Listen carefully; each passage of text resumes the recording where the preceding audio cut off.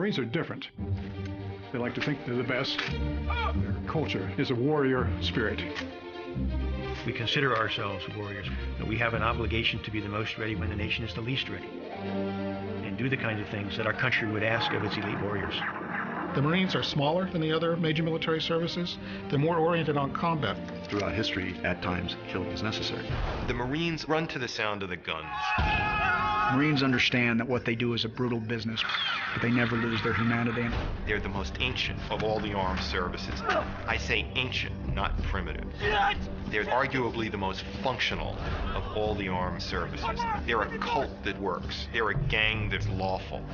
To me, it's the baddest fraternity on the planet that you can belong to. Semper Fidelis, always faithful.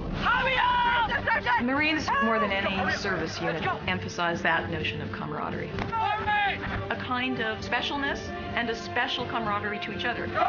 There's a myth out there that the Marines are Neanderthals. I actually find the Marines very intellectual. Roger that. Okay, Watts, I want... Marines, I firmly believe, are idealists to their core, who really, truly believe that they can, in some way, help make the world a better place. They live in such a tough world that they have to cloak their idealism in a shell just to survive. The professional warrior has a very strong emphasis on a code of ethics. Integrity, morality is a big factor. Our core values, honor, courage, and commitment. That's the foundation of that ethos. Repeat after me. When we took that oath, we promised everybody in our country that for 4 years or for a lifetime, we'd give them the best we had. And we do every day. Marines don't argue about should we or should we not have intervened. The mission is everything. And a Marine, no matter how many times you knock him down, he's going to get to his feet. And that probably makes us as feared as any organization in the world. We are the nation's first line of defense. But if you do something wrong to the country, we're the last people you want to see coming at your door. That reputation has been well earned over the last 230 years.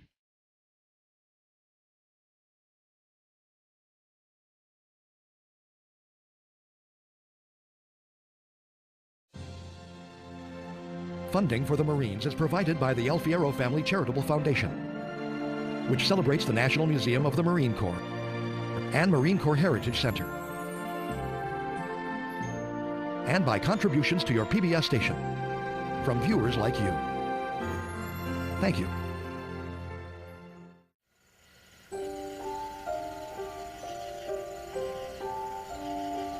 I never started out to be a Marine.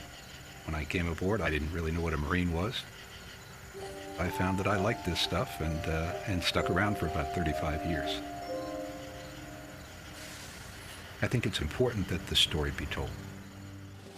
When I tell you to get out, you're gonna get out quickly without getting injured, and you're gonna get my yellow footprint. Do you understand? Yes, sir. Get out, get my yellow footprint. Recruits arrive at boot camp the same as generations of Marines before them. Let's go, fast, fast, let's go, let's go, let's go. At night, faster. on a bus. Let's go, faster. Let's go, faster. Let's go, faster, faster, let's go. The journey of 1,000 miles starts when the drill instructor invites those recruits off the bus and puts them on the yellow footprints. And they symbolize you leaving the life as you knew it and entering the United States Marine Corps. Do you understand? Yes, sir! No! Do you understand? Yes, sir! In that first moment at boot camp, recruits literally step into the distinctive culture of the Marine Corps. These symbols and traditions and the values they represent are what bind Marines together and what set them apart. The Marines do maintain that distinctive culture.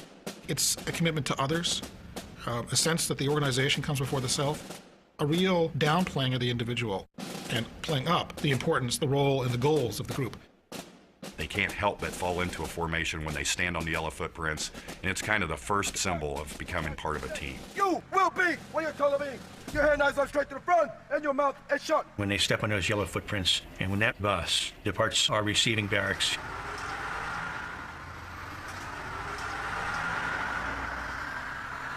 it's an eerie experience. They know they're at boot camp, and they're about to begin the toughest basic training in the Department of Defense. You need to remember what you didn't punch. Far from elite warriors, recruits question their decision to join the Marine Corps. Many wonder if they'll survive the first night of boot camp, let alone the next 12 weeks of training. All those little details that people take for granted are stripped away, and it really makes a great impact on them. Move back and get your toes on the bottom of my steps. Say aye, sir. Aye, sir. The main thing is they realize that the world as they knew it has changed. When someone asks you a question, you respond with yes, sir, or no, sir. Do you understand? Yes, sir! And I remember interviewing recruits about their thoughts about that night, and it typically was, oh my God, what have I done? Stop at the edge where the Marine tells you to stop! The Marine boot camp experience, it's a real shock, and it really is off the deep end into the pool.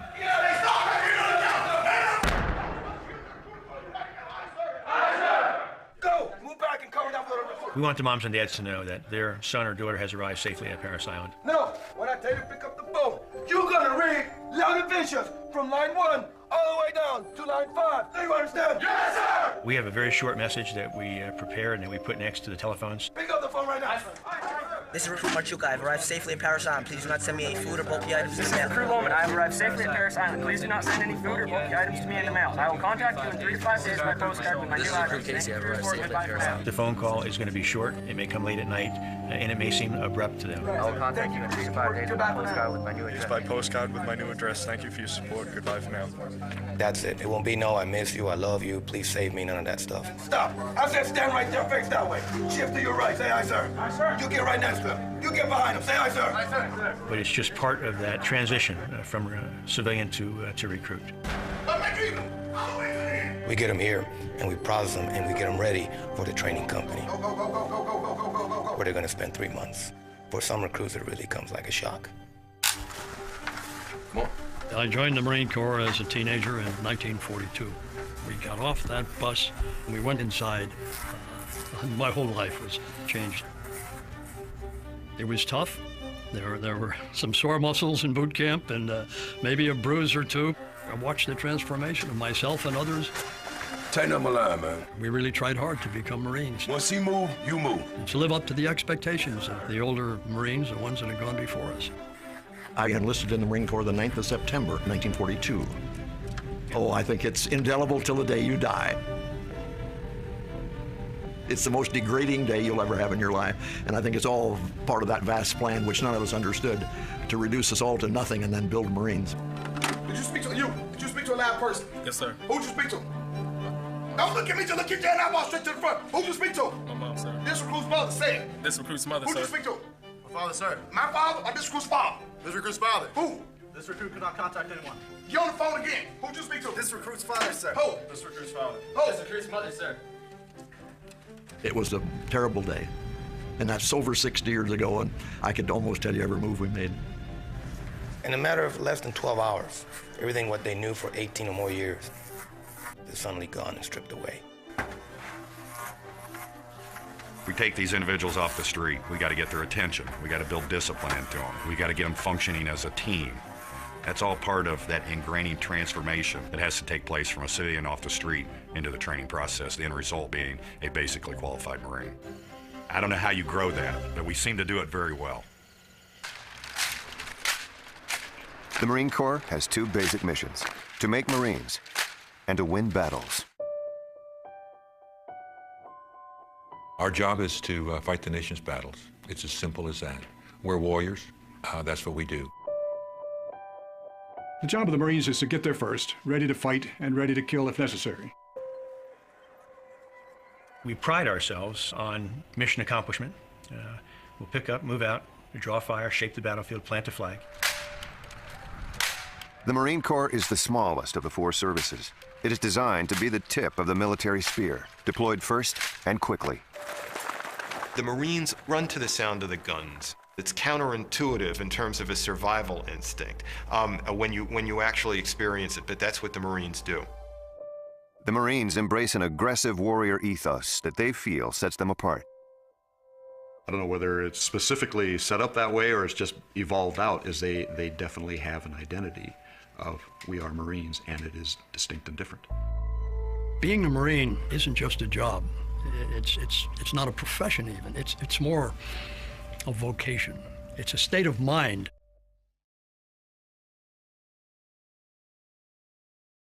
The Marine Corps trains more than 30,000 new recruits each year at 2 basic training facilities in California and South Carolina. Parris Island, because of its history and its association with the Marine Corps, is very often shrouded in a lot of mystery and mystique and lore and legend. It's one of the most remote parts of the East Coast. It's just a long swamp. Here is where the transformation begins. Recruits are shaped by the values of the Marine Corps. They take the Marine culture with them for the rest of their military career, and for many, the rest of their lives. Marine boot camp teaches very little in the way of genuine combat skills. Marine boot camp is about cultural immersion, indoctrination, and it does it extremely well. You come in, you're part of a team. Yes, sir. This is your family now. You learn how to take care of each other. You have to trust the guy on your left and the guy on your right. You build upon the recognition that you fight as a team. If you come together as a team and you look after one another, you will be successful. I think that's the essence of what the Marines are about, is creating that bond and saying that that's the most important thing about being a Marine, is taking care of each other. The Marine Corps is the youngest service among America's military organizations. 60% of Marines are younger than 25. 16% are teenagers. There are a number of reasons why a young person joins the Corps these days. They see an organization that's elite in their minds. They're looking for a challenge. 1001, 1002. And they affiliate the Marine Corps with an organization that embraces the challenge. I think the most important factor is a sense to serve his or her country. I believe these youngsters have inside them an intense sense of patriotism. The idea that service above and beyond self is a worthy endeavor. You will be changed forever. Look at the Marine recruiting commercials. A man being knighted in a church or a castle. A guy on a horseback slaying a dragon. A mountain climber, reaching over the precipice. I mean, they definitely play up that image. In all the world, We have a central message. there are a select few. We want kids to realize that there's something special about the Marine Corps. Incredible transformation. We focus on kind of the image of the Marine Corps being the elite warrior, the smart, tough elite warrior that is the epitome of military virtue. And then we show them that there's a process. Under the most grueling conditions, they are shaped, hardened. And for the kids and parents or anybody that sees the commercial, they see a process over time. An individual goes through a series of challenges and then eventually is transformed into this Marine. The few, the proud, the Marines. And it's an iconic view or a metaphor of boot camp, but kids get it. Right now we're at Leatherneck Square. This is where recruits come to get their Marine Corps martial arts training, and they get to run various obstacles. The objective is to bring a level of confidence out in the recruits that they themselves didn't know that they had. They hesitate and second guess themselves, but once they're put to it and they have no choice but to do it, they surprise themselves.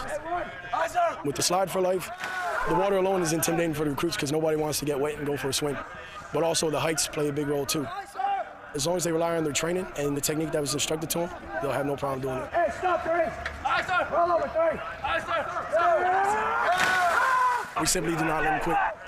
When they want to quit or they think that they cannot go any longer, we let them know and we show them that they can push past those boundaries and come out on top with the mission accomplished. Kick your left leg down. No, kick your left leg down to get momentum to get on top of the rope. Marine Corps boot camp is longer and more demanding than basic training of other services. The Marines have resisted a trend towards softening basic training as a way of attracting recruits, sticking instead to an approach it feels has worked for decades. The Marine Corps has made efforts to control excesses and brutal training methods that are a legendary aspect of boot camp. In the mid-1970s, hundreds of drill instructors were punished for abusing recruits. Changes were made, including monitoring DI's training methods. Aye, sir. Aye, sir. But most changes were subtle enough not to diminish the fundamental toughness of Marine Corps boot camp. There is a debate among Marines, with some holding on to the idea that the harsher practices of the past made better Marines. The challenge for the Marine Corps is finding the balance between abusive methods and the need to train an elite fighting force disciplined to fight and die on command.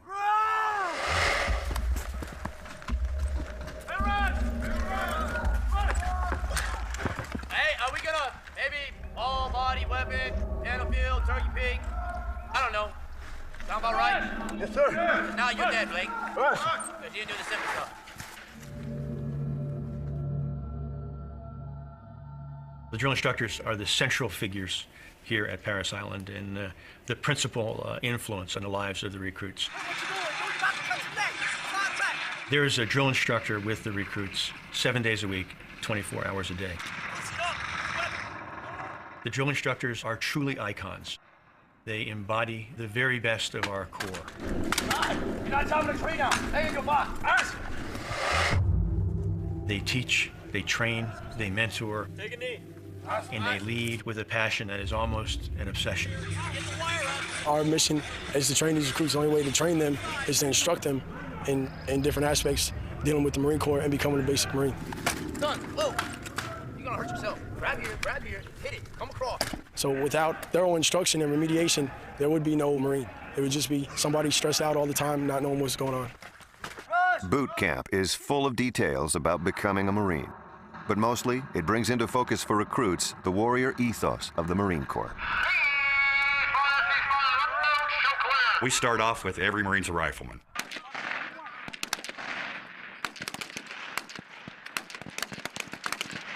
I don't care if it's a female Marine, a male Marine, a cook, baker, candlestick maker, whatever. Everybody is a basic rifleman in the Marine Corps. Everyone must qualify with a service rifle. Because every Marine is a rifleman, the rifle range is the most important training that we give the recruits while at boot camp. This is an outdoor classroom. We're teaching them the art of marksmanship. Our philosophy out here is no stress with the recruits. Hand goes, you can get it. Same thing with you, recruit. This thing is standing all the way up. Every one of these recruits, when they're down here, are going to have lots of individual instruction taught by the coaches. Forward hand is standing all the way out. We find that it produces a better result than if we have that one-on-one time. Hit left dog target.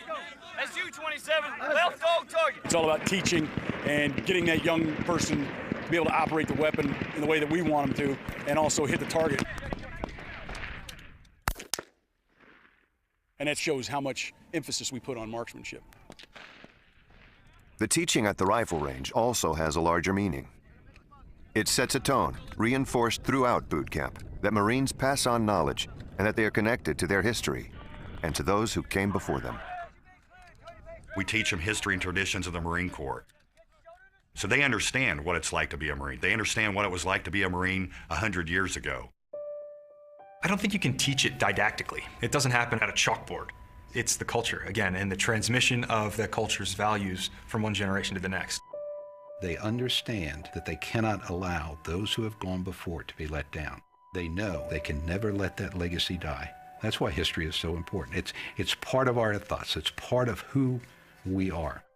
The official birth date of the Marine Corps is November 10th, 1775, when the Second Continental Congress authorized 2 battalions of Continental Marines as landing forces with the fleet. Marines come from the sea. We have fought as a component with the Navy since 1775. Marines were never great in number. A small corps, volunteers, adventurous, soldiers of the sea, if you would. They were equally at home on the ships of the fleet and serving with the Army. The Marines distinguished themselves in an array of regional conflicts during their first 150 years, from the halls of Montezuma to the shores of Tripoli. It was the First World War that earned the Marines the reputation as the first to fight. They charged through the wheat fields and into the woods of a place called Belleau Woods in France in 1918 to thwart a major German offensive against the capital of France, Paris. Belleau Wood was a great turning point for the Marines. They lost more men on that first day than it had in casualties total for the 167 years that preceded it. Belleau Wood is one of 3 touchstone battles in Marine Corps history. The others are Iwo Jima in 1945 and the Chosin Reservoir in Korea in 1950. Iwo Jima probably dominates even the other 2. This was 1945, the 4th year of the war.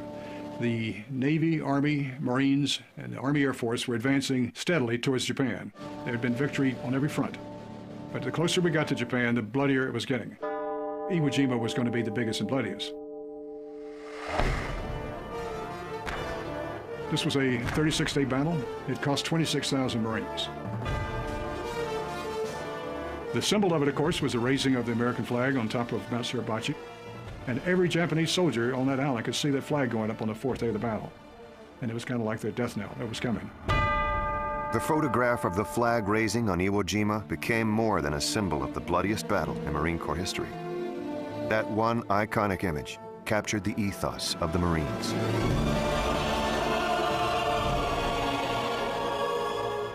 You see 6 troops. 5 of them are U.S. Marines, and one of them is a Navy corpsman.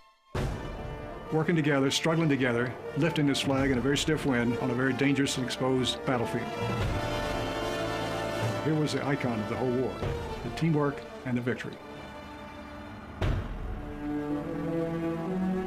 If you walk around the Marine Memorial, the great carved statue at Arlington Cemetery, you'll see carved into the granite the names of so many battles that go back to the 1770s and the Revolutionary War.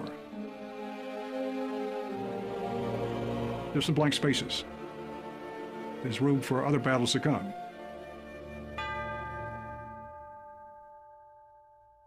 Good morning, Series 4016! Today we are training day 43. We have the actual obstacle course and a 3-mile individual effort run. So everything comes from within, does it not? Yes, ma'am! So dig it deep and get some! It is the exact same course, same events, same obstacles that the males run. You're gonna wanna have to do it, because no one else is gonna do it for you. One aspect of boot camp that remains unchanged is how the Marine Corps trains women. Alone among all branches of the U.S. military, the Marine Corps trains male and female recruits separately. The 4th Battalion, one of our 4 training battalions here at Parris Island, is the only gender-segregated battalion within the Department of Defense. There is the age-old attraction that exists between boys and girls, men and women, that by keeping them separate, we eliminate that. Almost there, Clark. You can do this, bro. But as far as training is concerned, we're along the same lines as our male counterparts, which has not always been the case. You talked to a female Marine 20 years ago when we were still learning how to properly apply our makeup, making sure that everything matched, properly assuring that a female could wear the high heels and walk across the stage in a ladylike manner. So the strides that we have made, for me to be able to say our training is aligned with the males, is a huge success for the Marine Corps and for the Department of Defense at large. They have to meet all the same graduation requirements. In other words, there's no difference in the Marine Corps between what a female recruit and a male recruit gets here at Parris Island. That integration, the idea that we train as we fight, is the next step in the training process. The young Marines leave here, and then they get integrated, and we're training together at that point. Tell me what you've been working for every night if you can't get on this bar. About 6% of the Marine Corps are women. They serve in nearly all military occupations. But Department of Defense regulations prohibit women from serving in direct combat roles. Increasingly, those distinctions are blurred on the battlefield. I think that that's the great debate. I think that clearly everyone is seeing those lines blurred, and I think that we are fairly integrated in those combat zones. And that is the great debate, the great issue that's at hand right now. There are certainly certain elements of our Marine Corps today that permit technology to level the playing field. Fixed-wing aircraft, helicopters, and the like. The policy in the Department of Defense right now, of course, is that we will not allow women to be assigned in combat arms. As a hypothetical in the future, any time that we can leverage technology and equalize the battlefield, then that will provide us with an opportunity to capitalize on women in combat. But for many, both outside and especially inside the Marine Corps, the question is whether women can attain the warrior status of their male counterparts. It's 2 different biologies. I don't think anybody would argue with that. One of the big problems women have physically is that they can't handle the physical stress of carrying loads over rough terrain for long periods of time. Are there women, individuals, who can be competent warriors? I think so. Relatively few. Are there large groups of women who can be warriors? No. Never has happened. I don't think it ever will happen. One more time, recruit. Touch it. Now say it. I think it starts with when you ask a young female recruit why they joined the Marine Corps. 90% of them will say, I joined to defend my country. And if that isn't saying the warrior ethos is there for a female recruit, I don't know what else we could say. It's as much a part of the female psyche as it is of the male psyche. That's why they joined. Left foot, left foot, left foot, left foot. That warrior ethos is all over everything that we do on and off the battlefield. All recruits must meet a series of graduation requirements. Each recruit, male and female, must also pass a final test before earning the title of Marine. Let's go, you don't have all day. The Crucible is often defined as a culminating event at Parris Island. It occurs during the 10th week of training. It is a 54-hour training exercise that is comprised of 6 major events during the daytime and 2 events at night. The emphasis during the Crucible is teamwork. Let's go! They're going to be tested mentally, they're going to be tested physically, and then they're going to be tested in the sense of their commitment to one another in order to be able to succeed. Hurry up, pick your knees up and run. No individual Marine can complete the Crucible by him or herself. The only way you can complete the Crucible is as a team.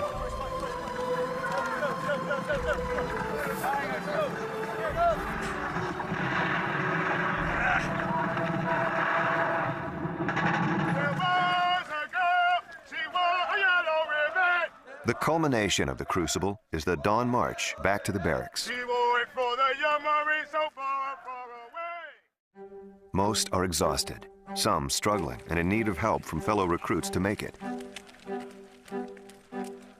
But with the end of boot camp, both literally and figuratively in sight, these recruits overcome the pain. They are not yet Marines. That title is awarded at a series of ceremonies in the days to come. But on this day, they know they've passed the test. You just spent 54 hours working together as a team. You've done well. Make your family proud on that day of graduation. These recruits come from all walks of America, and they're entrusted to us by their parents, their loved ones, their guardians, to take care of them, to make sure they're being taken care of. They're very valuable to us. First of all, because there's not many like them out in the civilian world that even have the courage to stand up and raise the right hand and take the oath. Go! So once they come to us, we know we have to train them, we know we have to train them hard, and we have to train them right. And we're going to turn them into Marines by any means necessary.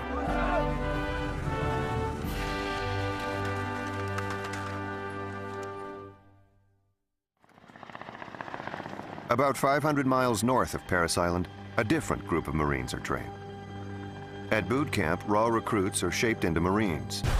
Here, officer candidates are given the opportunity to prove they can lead Marines in combat. I decided on the military because I was looking for something other than being behind a desk at age 21. I studied classics in college, and so time and again, I read about the citizen soldier, Cincinnatus, the guy who puts down the plow, picks up a sword, and then when the war's over, returns to the plow. I had this ideal in my head, and the Marine Corps, from what I could tell from the outside, had a warrior culture that the other services just didn't have. Go freaking move! Get moving now! Hurry up! The start of officer candidate school is known as pickup day. I got it, go! June 6th, 1998. I could describe the weather, what the sky looked like, every detail. Roll platoon, go! Hurry up! Let's go! Over there, you! At that moment, that very particular moment, they know the training's begun and that life as they know it is pretty much over. It was the most disorienting thing I think I've ever done in my life. It's not like the boot camp experience at Parris Island with the yellow footprints on the ground, standing there in the dark. But in its own way, it's every bit as disorienting. Pick it up now! Let's go! Why is there so much trash still on his desk? Pick it up now! I mean, all of a sudden, what you did in high school and college and family and work history, none of that matters. Quick, quick! You know, they shave your head and everybody's the same. I was thinking, what am I doing here? Why am I doing this? I should be lifeguarding this summer. Open him up. I gotta show him up. Yes, Colonel Sergeant! Don't look at me! Yes, Colonel Sergeant! Nothing compares to seeing a Marine drill instructor in your face telling you what they're demanding of you. I don't think I'm sorry. It's us, not sorry. They didn't move. I'm Sergeant! It's someone who they are absolutely intimidated by and they don't know what to do about it, so they really don't know how to react to this. Hurry up! Say something! Hurry up! Why do you have so much stuff? Look at him! Look at you! There's a freaking problem here. Do you understand me? I got it, Sergeant! Hurry up! You too good to help somebody. You too good. You can't use help. You might want to help yourself now. You might want to help yourself now. Okay, open the bag. They were the most rabid, high-intensity group of people I'd ever met in my life to that point. Get it! Go! go now. I got your sergeant. Go. Well, why are you still here? Go. I got your sergeant. No, hurry up. Get moving now. Get moving. And that was it. It was on, and it stayed on for the next 10 weeks. Let's go. Down here. Hurry up. Go. Oh, way to go, candidate. Way to go. Drop all your tracks all over my parade. Hurry up and start up back. Go, say something. I got your sergeant. You are the last one, candidate. You're the last one. The platoon is going to wait on you. Because you want to trash your trash. Hurry up. I got the trash still behind you. They really, I guess, start to realize this is for real. Keep taking your time. Let's go. Tape. I got it, sergeant. Let's go. And that to become one of us, you're going to have to go through probably the hardest thing you've ever done in your life. That's your trash. Go. See, the platoon's leaving already. I got it, sergeant. Leaving already. Run. We're starting to put them into a period of friction and chaos. How they deal with failure, how they deal with distress. 5, 4, 3, 2, 1, go. OCS is not officer boot camp. OCS is a selection process. Go. Here, the Marine Corps evaluates and decides whether officer candidates have what it takes to be a leader. Whereas on the recruit depot, they're actually molding Marines, they're making Marines. Our mission here is a little bit different. We screen for the potential to lead Marines. Eventually, a lot of these guys and women, they're going to be leading us. That ups the ante a little bit more. Every Marine that comes here must first prove that they can lead Marines in a ground combat situation. Here, we detect the leadership. We see that they have the bias for action, the creative thinking, the aggressive personality that'll allow them to take charge, and they want to take charge. About a third of the officer candidates don't make it through OCS. Some for physical reasons. Some push-ups, got a fireman's carry. Others receive unsatisfactory evaluations. And a third group that again sets OCS apart from boot camp, those who are dropped on request.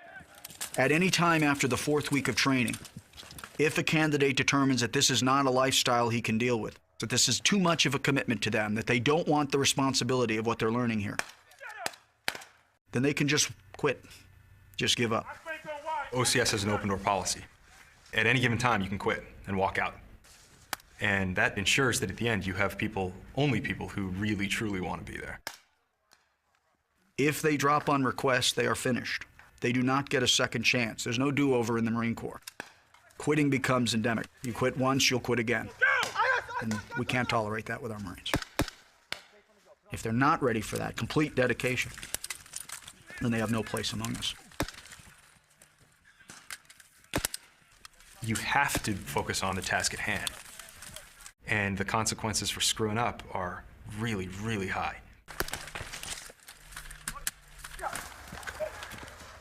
Let's go, hurry up. He has no magazine. No! Drop his magazine. Just take go find his magazine, sir. Yeah, where's your magazine? How you gonna fire the rest of the damn course? How about that? Hi, sir! How about that? Go, hurry up. This is serious business for us. And a nation at war says they are facing going to war, leading Marines and being responsible for 43 lives. And quite frankly, that's a burden that some of them were not ready to take on. Put this ammo on your leg. Okay. Is it secure? Yeah. Okay. Let me know if it starts shaking.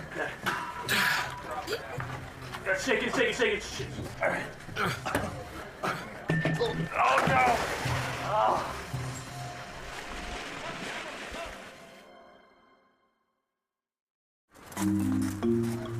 The Leadership Reaction Course has become one of our most well-known leadership models. Candidate amended. Way to copy.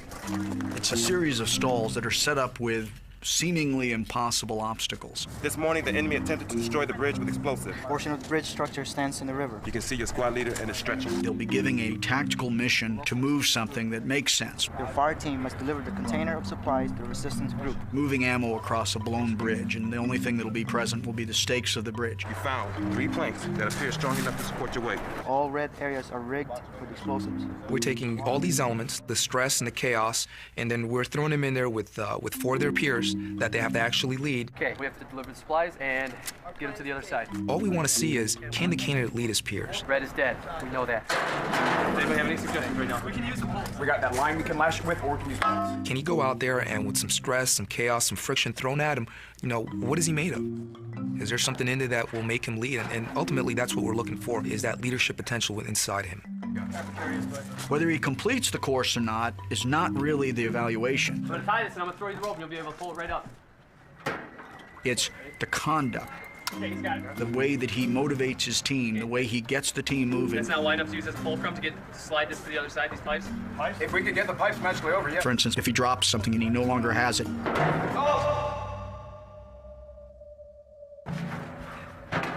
Does he wait or does he adjust the plan? It's a very good way in about 10 minutes to get an assessment of fog friction and can they make a decision on an area they're totally unfamiliar with. Track with me, try it. Do it. That's it. Time's up. Time is done. When your initial plan didn't work, you froze. You stopped. You get people killed. Yes, sir. All right? There'll be an evaluation sheet for the evaluator, and he will rate him across all of these leadership traits and come up with a final score. And of course, this goes into his leadership evaluation. ISF Sergeant. Once your team brought him back up, kept on moving. That's the one thing I see good that you did do. ISF Sergeant. And you did show that you was a team player, right?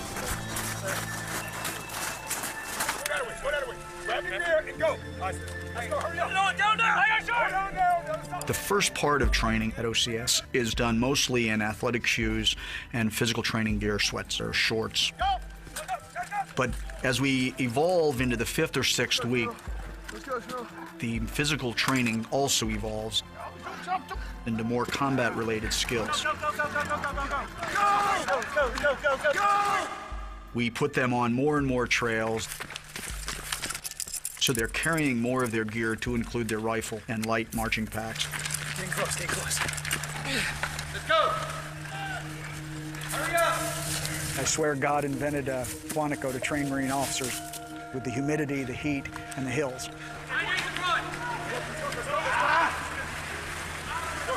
Quickly. Among all of Quantico's miseries, one stands out in the memories of officer candidates. Head's gonna be down here. Hey, you, head down here. The Quigley is one component of a timed physical training exercise that all candidates must endure and conquer. The Quigley is a muddy trench. Go! What are you waiting for? You crawl through in this neck-deep, muddy water on your hands and knees. Go between your freaking power right now, over it. Weapon on your body. You go under and you end up with a mouthful of mud, like peanut butter, Go, quick, hard. and you can't see. Weapon on it. Keep your head down. Go, Pollock. The gist of it, like all of the training, is to teach people to think under pressure, think when they're uncomfortable and not panic. Muzzle on your head. Go on the muzzle.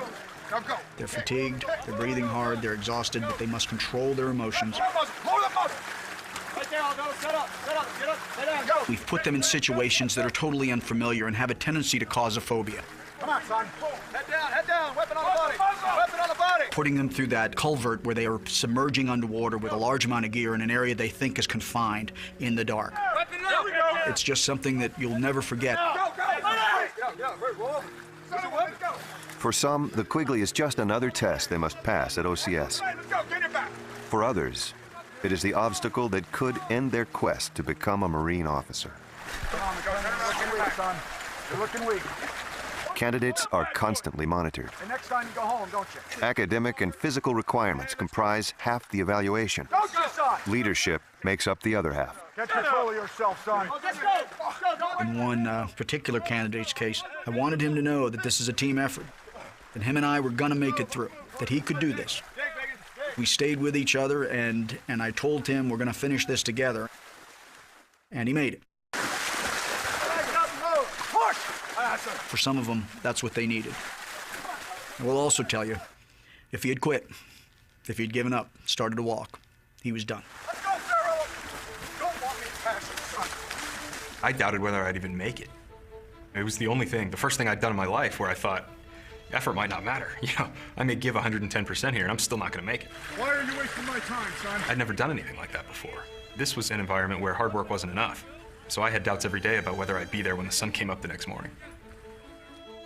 Getting through OCS is only the first step in becoming a Marine officer. Candidates next attend TBS, the basic school, for 6 months, where they learn the nuance and detail of being an officer. Then they attend a specialty school, such as artillery, communications, aviation, or infantry. OCS is really just the absolute baseline of the continuum of education that a Marine officer is responsible for in his career. 3 things we tell them: know yourself, know your job, and know your people. And that all constitutes that warrior ethos. It begins here. They learn it here at OCS. It's embedded at TBS, and then it's validated by the Young Marines you lead.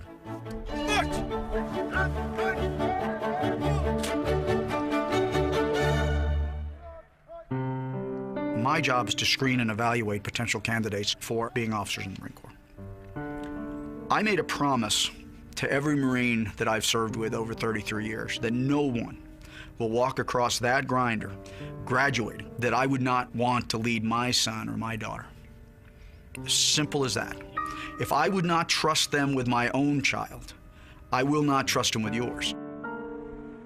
The framework of leadership taught in the Marine Corps is built on a belief that Marines have a unique culture, a warrior ethos that sets them apart. Marines are very connected to their traditions and history. Near the Quantico, Virginia base, the Marines have constructed the National Museum of the Marine Corps as a lasting memorial to their sacrifices. It will be the Corps' Mecca, the place that all understand that it's theirs. Every Marine that has gone before and the families of Marines. 70% of the people who come to the National Museum will clearly not be Marines. Most will not even have served in one form or another. Drill instructors. Okay, drill instructor. They're going to be able to find out a little bit more about what it is to be a Marine. They're going to be able to walk the history of the nation and see it as Marines saw it throughout that history.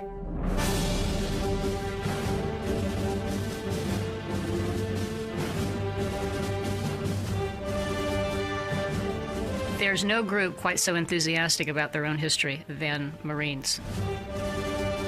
They're proud of where they've come from, proud of their culture. So you will walk alongside, run alongside, crawl alongside Marines in a lot of different places to make you feel like you're there with a Marine. It's a museum that's all interactive, totally immersing the visitor in the experience of the major campaigns and the history.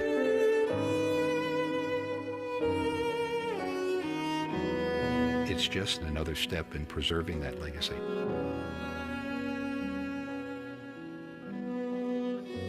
I think it's part of indoctrinating people into the culture. It's about respect, really. We remember the Marines at the battles of World War I, and we remember the Pacific Island hopping campaign. We remember the urban fights and jungle fights of Vietnam. We remember the Gulf War, and you merge into that stream of history. You merge into that stream, and you know that you won't be forgotten. Not only that you won't be physically left behind, but you and the exploits of your Marines will live on in the history of the Corps. It's important, and it's reassuring, and it's comforting, I think, for Marines who are in harm's way.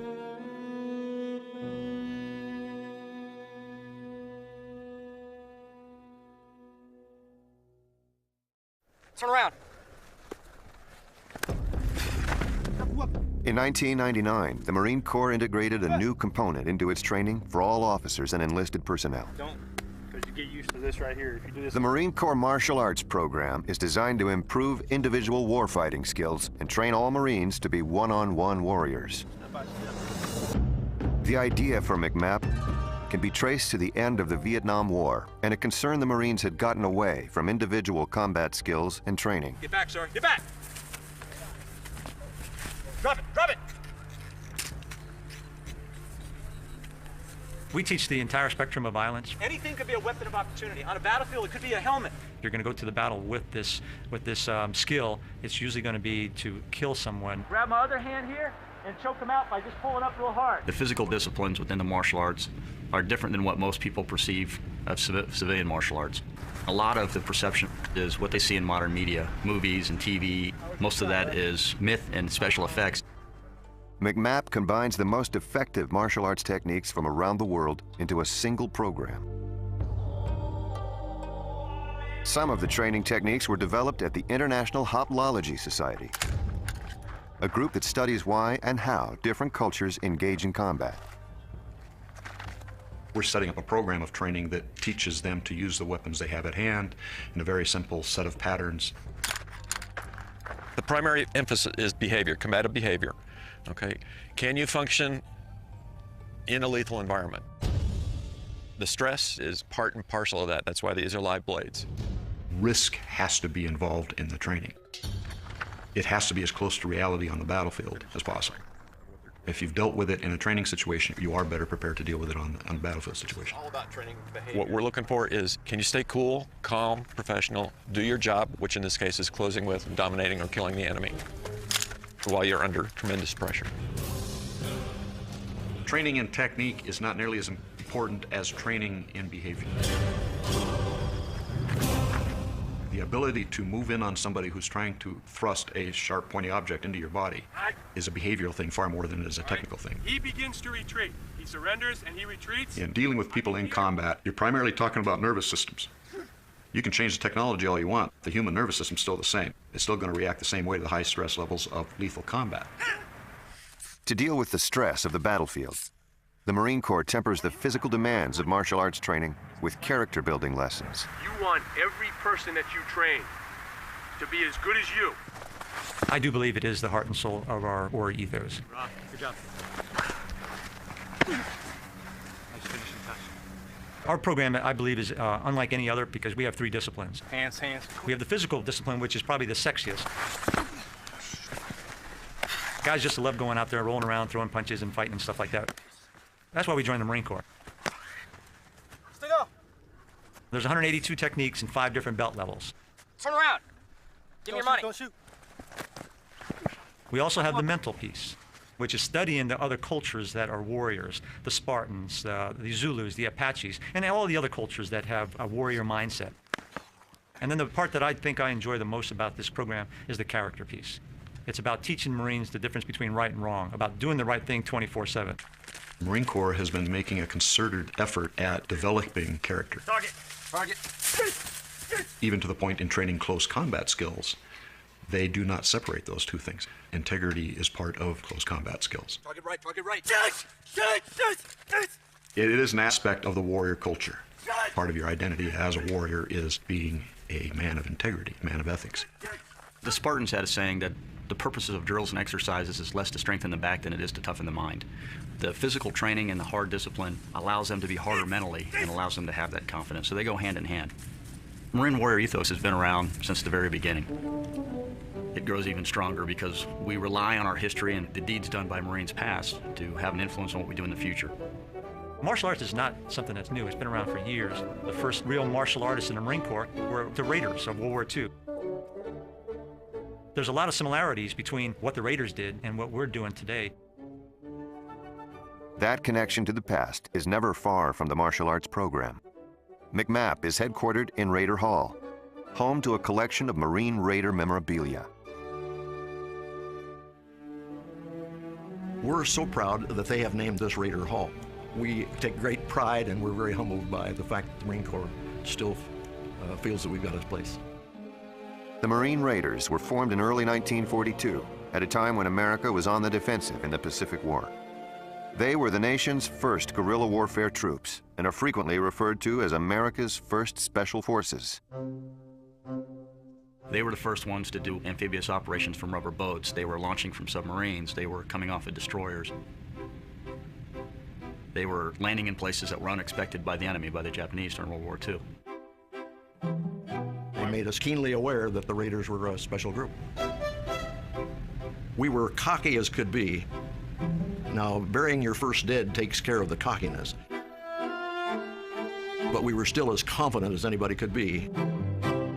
The Raiders' job was to take the fight to the Japanese in the Pacific. To move, as Marines have done throughout their history, toward the sound of the guns. It was the first move back to roll them back up the string of islands that they had taken. It was the first really step on the way to Tokyo. The Raiders went into Tulagi, and they fought at Guadalcanal. One of the great fights in Marine Corps history was Raiders Ridge, Edson's Ridge, in September of '42. Against a whole brigade of Japanese who were pretty good jungle fighters. It was a hell of a fight. It went on for 2 nights. The Raiders held. And so they were legendary. By 1944, the tide in the Pacific War had turned, and the Marine Raiders were no longer needed. They rejoined regular units, ending a brief but glorious chapter in Marine Corps history. We realized, even though we were 17 and 18-year-olds, that if this thing wasn't won, the world was going to be a very, very different place. It was really to preserve our way of life, and that sounds a little corny, but it sure wasn't. We figured that any day we ever lived the rest of our lives was a bonus, because anybody that got in and out of the Raiders and made it really was a lucky man. The Raiders' legacy is indelible with the Marine Corps. It goes back to the warrior ethos and the Marine Corps culture. We always take care of our own. We never leave someone behind. The Raiders went before us, so we're not going to leave them behind. And their memory will definitely live on much longer than they will.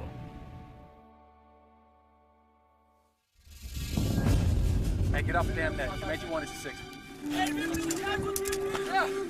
LT!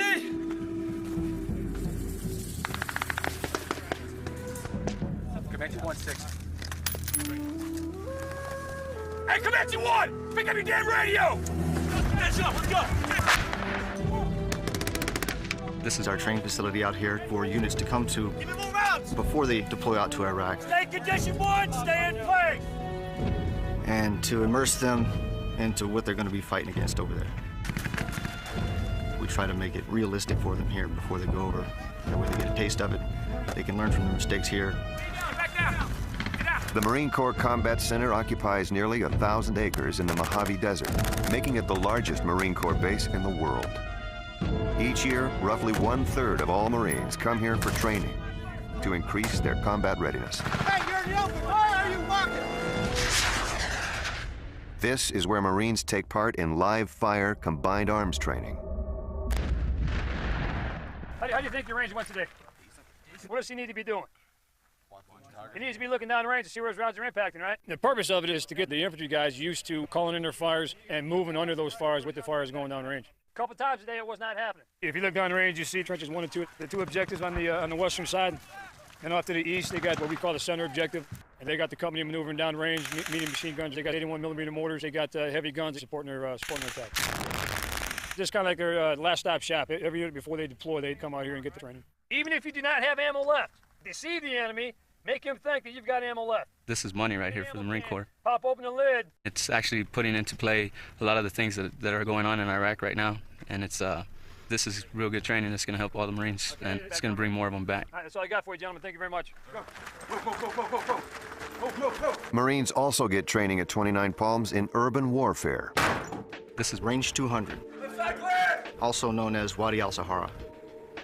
The Marine Corps is reproduced in a rocky village in the California desert. We try to put as much realism as we can into it. You'll see burned out vehicles, concertina wire, rubble all over the place. A unit training at 29 Palms will likely deploy to combat within months or even weeks. A unit training here is typically a mix of Marines on their first combat assignment and combat veterans. I mean, you can tell them all the stories, but just being there is going to be a totally different experience, and something you'd have to experience for yourself to know what it's like. Come in. Right. All right. That gives you 2 things. We got a lot of new Marines that just came to us, so I want to make sure they get the best possible training before we do head back. Don't give them a chance, gents. Come on. To make the training realistic, role players are used in the exercise. Some play friendly villagers. Others play insurgents. It's not a regular war that we're fighting. You don't know who the enemy is, and you don't want to stereotype people just because of who they are. So it does make it a lot more difficult. This is what type of college you're going to do, because you got to destroy the whole country now. You destroyed my house? Let them know our chain of command will pay for anything broken in this house. There's a lot of situations that come up where you're not going to be able to engage, and you don't want to engage because we don't want to harm innocent people. And what we're focusing on here is the skills that the Marines need to be effective on the urban battlefield. Urban combat is not new for the Marine Corps. Urban warfare, in my judgment, is the dirtiest of all warfare. I was a company commander, as an example, in the Battle of Way City in Tet of 1968 during the Vietnam War. It's dirty because it's all very close and personal. It's not just the environment, which is closed in, great noise, dirt, debris, shrapnel, etc. But it's also a very close personal contact with the enemy. And then the carnage that's there. Urban warfare is difficult. It is a grisly business. I think especially of the two battles of Fallujah in 2004. First Fallujah was a tough fight. Second Fallujah in November 2004 was probably the toughest combat the U.S. forces have seen since the Vietnam War, almost certainly the toughest combat since things like Way City in the Vietnam War. It was really ugly. It was brutal. It was nasty. It was the essence of the grittiness of war. The battlefield is emptying out. Rather than a constricted battlefield with large numbers of troops inside of it, which is the essence of mass infantry warfare, we now have a battlefield dispersed over deserts, third world slum cities, and jungles, where there are very few combatants inside it, and it's small numbers of men hunting down other small numbers of men. We no longer have an enemy that wears uniforms. We don't have an enemy that has a state capital. We don't even have an enemy that has a state. That makes it very difficult to determine who the enemy is sometimes. Stop right here. Right now, young Marines have to deal with insurgents who are essentially doing warfare without any rules at all. And that young Marine has to deal with an insurgent on the street, and at the same time, he's going to have to deal with somebody's grandmother on the other side of the street. Do you want someone to look at this? Yes, yes. It's much more demanding, I would say, on the battlefield today. It takes a much more intelligent, sophisticated individual to be successful on the battlefield today. We must go! The Marine Corps pushes battlefield authority down to the lowest levels. More than other services, the Marine Corps places a premium on decentralized decision-making. Nearly half of all Marines are in the 3 lowest ranks. I think we've always done that in the Marine Corps. We call it the strategic corporal. You have to push down the leadership to the lowest level. We stress leadership. We teach them leadership. We show them leadership. We show them what it's like to be a leader. And then really you give them some guidance and you turn them loose. And it works for us. Marines today, even down at the Lance Corporal level, are making decisions that affect the nation when they're out there guarding a street corner in Baghdad or delivering supplies to humanitarian relief in the Philippines. Their actions will have a huge impact on the way America is perceived around the world. The Marine Corps has a generally positive image and reputation, both in this country and around the world. Marines are fond of one of their own generals' description, that there is no better friend, no worse enemy than a United States Marine. But on occasion, the image has been tarnished, often because of the Marines' aggressive tradition and tactics. Marines bring their own warrior ethos of uncompromising toughness to the battlefield, often producing brutal confrontations and severe results. You're asking people for a level of perfection inside a maelstrom of confusion that has to be experienced to be believed. The Marines do a great job, but they need to be better at it even. 99% is not good enough. Marine Corps is saying, you know, you have an ideal. There is a code and a level of potential that all Marines should be striving for. By far, most of them don't get to the ideal, but they get closer to their potential, I think, than most people give them credit for. Order is about monopolizing the use of force. You can't have freedom, democracy, etc. until somebody monopolizes the use of force and stems a region from anarchy. And for that, you're going to need people like United States Marines who do have a very strong moral sensibility as they use force. It very much comes down to the training.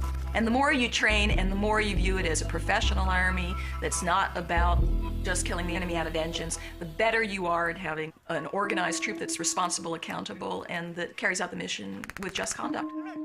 So you have to have discipline. You have to have a young Marine that understands right and wrong, that understands that killing isn't natural. The fact that we have a code of conduct, a Western ethic that says, quite frankly, don't kill nothing that don't need killing. Marines understand that what they do is a brutal business, but they never lose their humanity. There's a lot of extraordinary circumstances being thrown at them, and they're adapting. World War II was the greatest generation, but they were ordinary men in extraordinary times that rose up to meet the challenge. And that's what the young Marines are facing today. They're being put in extraordinary times, and the best of them is coming out and rising to the top. They're making those decisions, and a lot of them are making the right decision at the right time. Yes, sir. Before it comes to anything physical, it's all got to be mental, right? Yes, sir. One of the things they teach you in boot camp is do the right thing even when nobody's looking. Yes, sir! And it's a very good cast of mind to have. It's very good training. And so it tells the corporal in the street corner, even if you think you could be abusive, even if you think nobody's looking, don't. Do the right thing.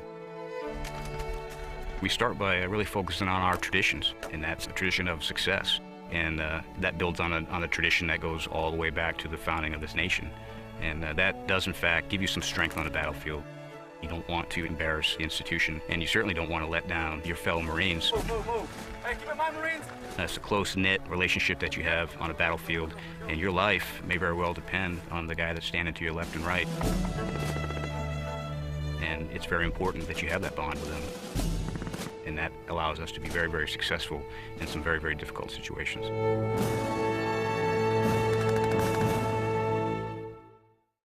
I don't think any media can truly capture the impact and experience of war, of combat, close combat, where you can see the enemy and you can see where your bullets are striking the enemy, and you can see your men falling either side of you. I don't think you can sense or convey the smells, the sickly sweet smell of decomposing flesh of somebody who's buried under a pile of rubble or a bomb crater. I don't think you can deal or convey the misery of people caught in this mess. War is nasty. Seeing young men and women blown away is nasty. If we never had to go to war, boy, wouldn't it be wonderful? And wouldn't we have, served our purpose as, as warriors in waiting, but didn't have to go? But the fact is, it's not the way the world is. Anyone who's been on the battlefield does not want to go to war. It's not glamorous at all. It's very dangerous. It's very difficult. It's very dirty. It's not a good place to be. There was absolutely no glamour of any sort in combat. None. No, I can't see anything glamorous or anything that would make anyone want to engage in combat. It's sheer hell on earth. We never train our people that they're going to enjoy combat or that it's glamorous. So much of the Marine Corps training doesn't necessarily play well in the public eye because people don't really like to know what the Marine Corps is training to do, what the Marine Corps' job is. We do teach them to quickly locate, close with, and destroy the enemy. The Marine generals are the only generals who actually talk about killing. They will say, this organization is about killing. That's what we do. Here's the dilemma. A liberal society still needs to be defended, and it needs to be defended violently at times. And the people who are going to do this have to like what they do, or else they're not going to be very good at it. It's not really going to matter if it goes up to hierarchy. They may morally, abstractly not like to kill, but the actual training and doing is not something that they can be afraid of.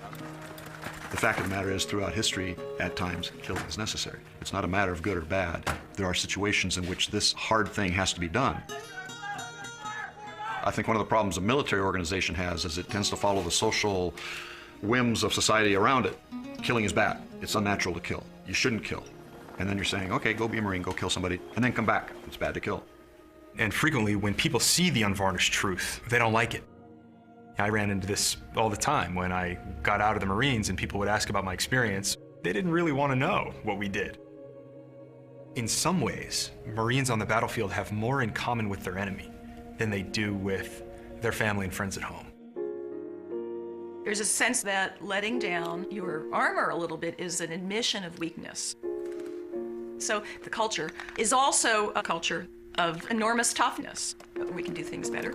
And we have a kind of, if not invincibility, a kind of durability and resilience. The killing carries a cost to the person who carries it out. The combat changes people. The combat, I think, diminishes the soul permanently. It alters people. The sacrifices the Marines make are not just physical. They're mental and spiritual as well, and they're carried for the rest of one's life. I think anyone who served in the armed forces, overseas in combat, comes back with something that he would rather not talk about. I'll never forget a World War II Tarawa veteran who told me that he was proud he served his country, but he wasn't proud of what he had to do to serve his country. It's my personal belief that Marines, more than anyone else in society, absolutely hate warfare. We hate combat. No one likes it. And thank God some of us survived it. In the 2 1/3 century history of the Marine Corps, more than 40,000 Marines have been killed in combat, and over 200,000 have been wounded. I was in Fallujah, Iraq. I was in an LAV, which is a light armored vehicle, and ID went off and I was injured. It was during the battle for Way. Can never forget it. I turned and I looked, and this NVA soldier came out from behind it and fired a RPG. I was injured just south of Fallujah in the Al Anbar province. I was struck by a rocket-propelled grenade. I was only in one operation. That's the only time I ever left my base. And I got hurt by an IED in Karaballah on the last day of the last house of the mission. It's just kind of random. Everything just happens by chance. It's just, you know, some people are lucky, some people aren't. It actually struck the weapon that I was firing, so it took both my hands off and severely damaged my left leg. I had 2nd and 3rd degree burns on my face. I had 3rd degree burns on my hands, required skin grafts, and lost a finger. I had broken my leg. I had ripped all my arteries and tendons in my right leg.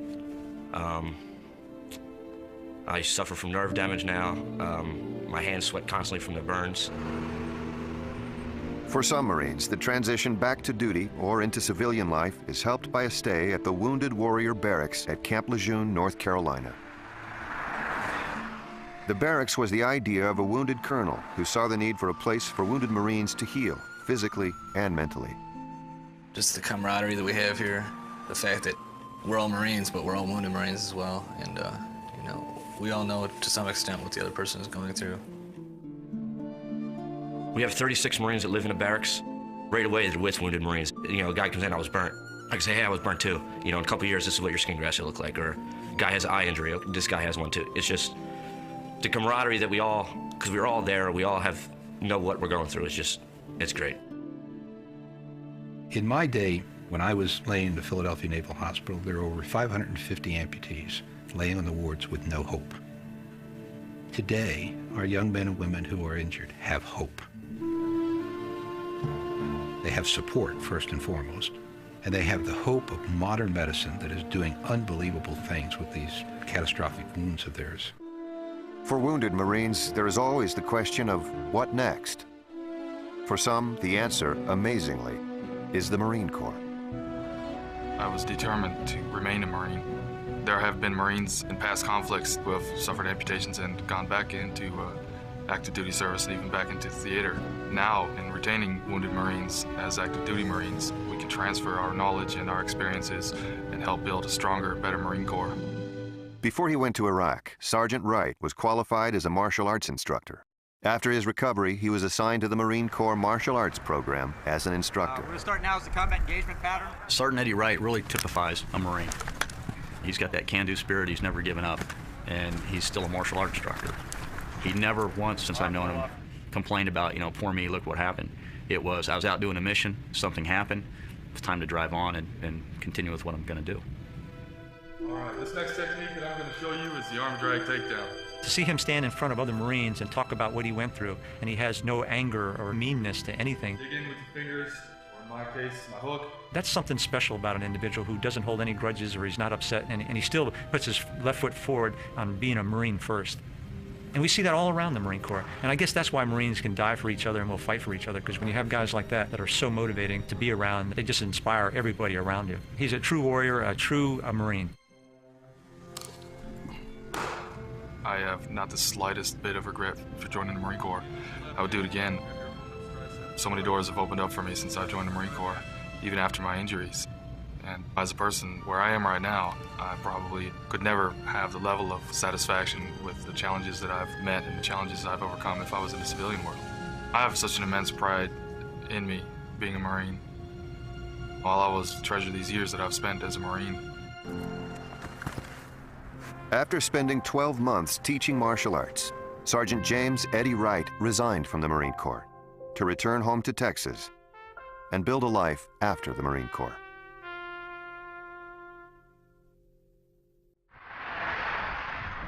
Today's Marine Corps emblem ceremony officially recognizes the transformation of your recruit into a United States Marine. They've been here almost the entire 12 weeks to accomplish graduating recruit training. We had the family members all come in. We had the recruits out in formation. It's very symbolic. They stand before you today fully prepared to receive the coveted emblem of the Marine Corps, the Eagle, Globe, and Anchor. The Eagle, Globe, and Anchor is the cherished emblem of our Corps. It is presented to each recruit the day before graduation by his or her drill instructor. It is the moment in time where they transition from being a recruit to being a United States Marine.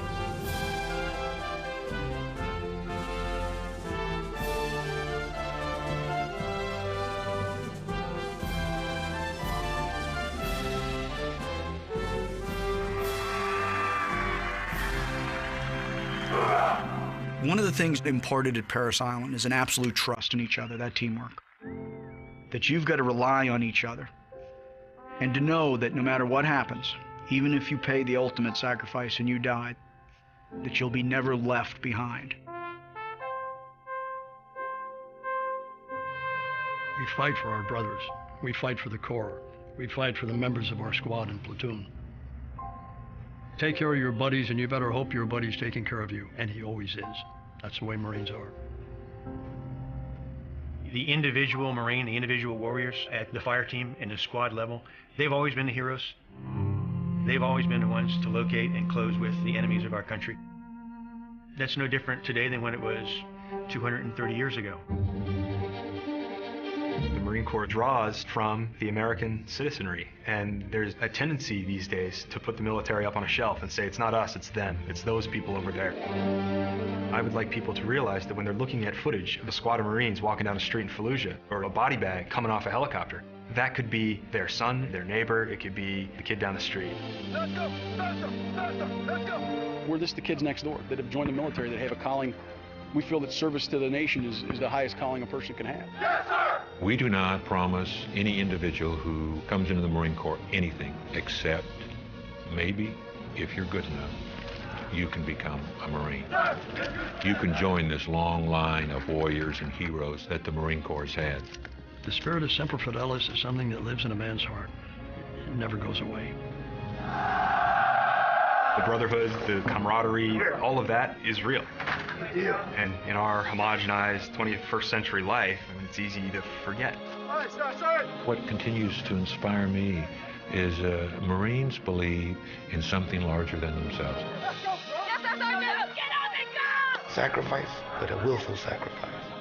That's something that not everyone understands. It's a hard time, some hardship, but you do it with your heart. And you have to be unselfish to go on harm's way and leave loved ones behind.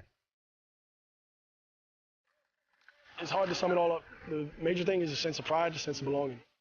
The Marine Corps is a band of brothers. There's nobody else out in the world that knows what it feels like to be a Marine other than Marines themselves. It's a sense of belonging. Honor, courage, commitment, our core values, sum it all up.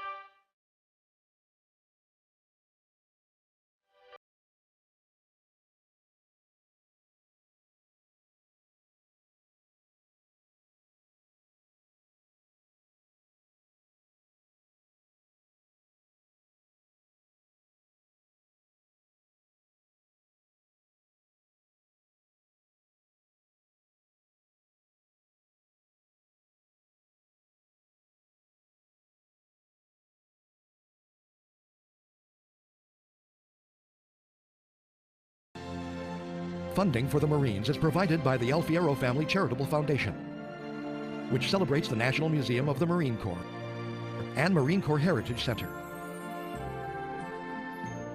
and by contributions to your PBS station from viewers like you. Thank you.